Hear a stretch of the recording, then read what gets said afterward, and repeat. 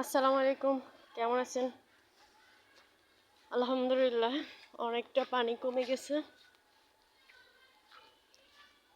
কিন্তু এটা হলো আমার বাসার অপোজিট পাশের রাস্তা। আমার বাসার সামনে দিয়ে যে রাস্তাটা বাজার পর্যন্ত গেছে, ওখানে 1 কোমর পানি।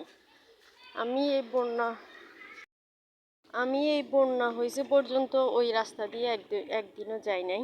কালকে আমার বাসায় ফিরতে একটু দেরি হয়ে যায়, তো আমি এই রাস্তা একটু তো নিরিবিলি, সেজন্য আমার ভয় লাগছিল, ওই রাস্তা দিয়ে বের হয়েছি। তো আজকে অনেক পানি কমে গেছে। তো আমি যখন ওই রাস্তা দিয়ে বাসায় যাইতেছিলাম, কারণ ওইটা হলো আমার রেগুলার পথ, আর এটা হলো মাঝে মধ্যে যাই এখান দিয়ে।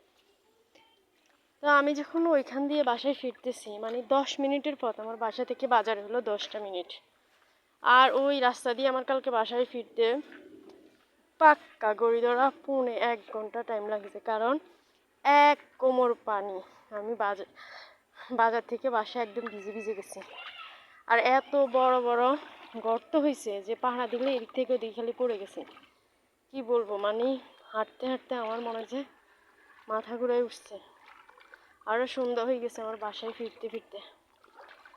তো এটাই হলো জীবন আসলে। মানুষ যখন ব্যস্ত থাকে, আসলে মানুষের মাইন্ডও ভালো থাকে, মন মেজাজ আপনার, মানুষের মধ্যে খারাপ চিন্তাধারাগুলো আসে না। যখন মানুষ ফ্রি থাকে, তখনই মানুষের মধ্যে খারাপ চিন্তাধারা, কথাবার্তা, অন্যের সমালোচনা, এগুলা বেশি আসে। এ বন্যায় অনেক মানুষ আছে আসলে, যারা এইটা করছে কেন, ওইটা করছে কেন, এইভাবে দেয় নাই কেন, আর তার জায়গায় গিয়ে দেও না, তাইলেই তো বুঝতা।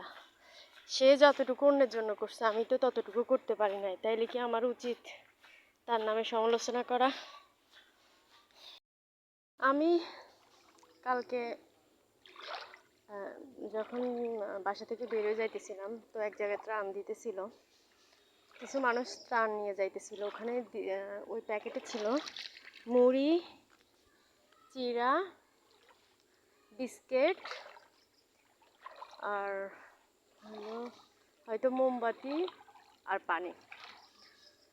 তো ওরা সমালোচনা করতেছে এইটুকু খাবারের জন্য কেন আসতে বলছে, এত পানি পার হয়ে আসছি এইটুকু খাবার। আসলে ওই ত্রাণটা যারা দিচ্ছে ওইটা হলো কিস্তিওয়ালা, মানে ওই যে কিস্তি বলে না আপনার, বিভিন্ন সমিতি টমিতি, ওই টাইপের লোকেরা, মানে তাদের থেকে যারা কিস্তি নিচ্ছে তাদেরকে দিছিল।